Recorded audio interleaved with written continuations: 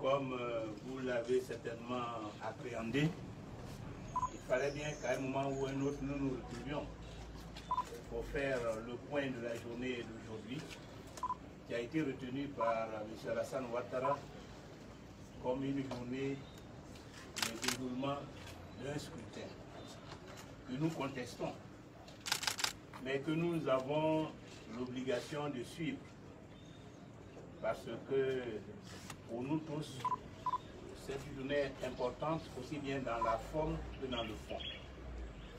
Dans la forme, comme nous l'avons toujours dit, quel que soit le résultat, nous ne nous sentons pas concernés par ce qui s'est passé aujourd'hui. Donc, dans la forme, il n'y a pas eu d'événement. Il n'y a pas eu d'élection en Côte d'Ivoire. Mais en même temps, dans le fond, il était important de savoir qu'est-ce qui s'est passé réellement ce jour. Ce que nous pouvons dire, à partir de toutes les informations collectées jusqu'à cette heure-ci, c'est que nos compatriotes ont boudé, dans leur très large majorité, l'opération que M.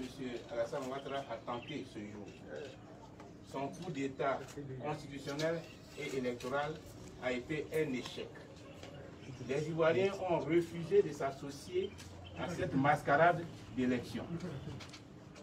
Les jeunes sont restés mobilisés sur toutes les barricades et même les uns étendus, notamment à l'ouest et en direction du nord.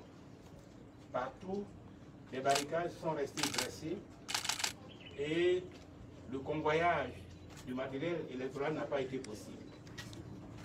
Là où les matériels électoraux ont été stockés dans des brigades de la mairie et dans de nombreuses localités brûlées, comme en témoignent les nombreuses images sur les réseaux sociaux.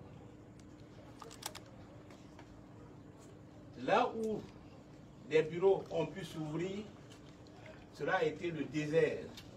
C'est le cas par exemple à Abidjan, où il n'y a pas eu d'affrontement, d'échauffourée, de confrontation, mais où les bureaux n'ont pas du tout été fréquentés.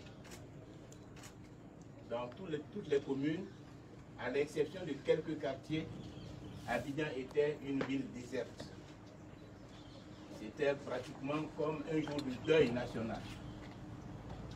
À l'intérieur du pays,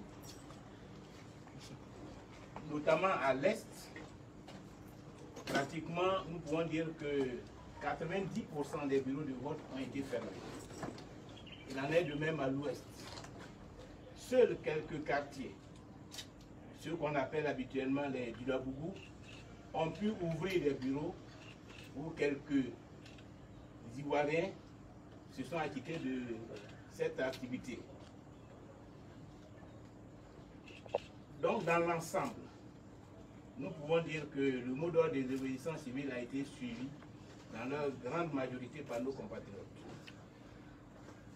Ils n'ont pas été au vote. Malheureusement, nous déplorons encore une fois des morts là où il y a eu des affrontements.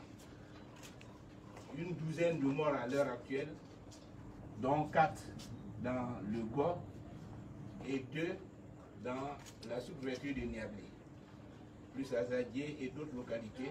Au total, nous déplorons à l'heure actuelle une douzaine de morts. C'est donc dire que les Ivoiriens sont restés mobilisés pour contester et pour s'opposer à cette tentative de coup d'État constitutionnel et électoral que M.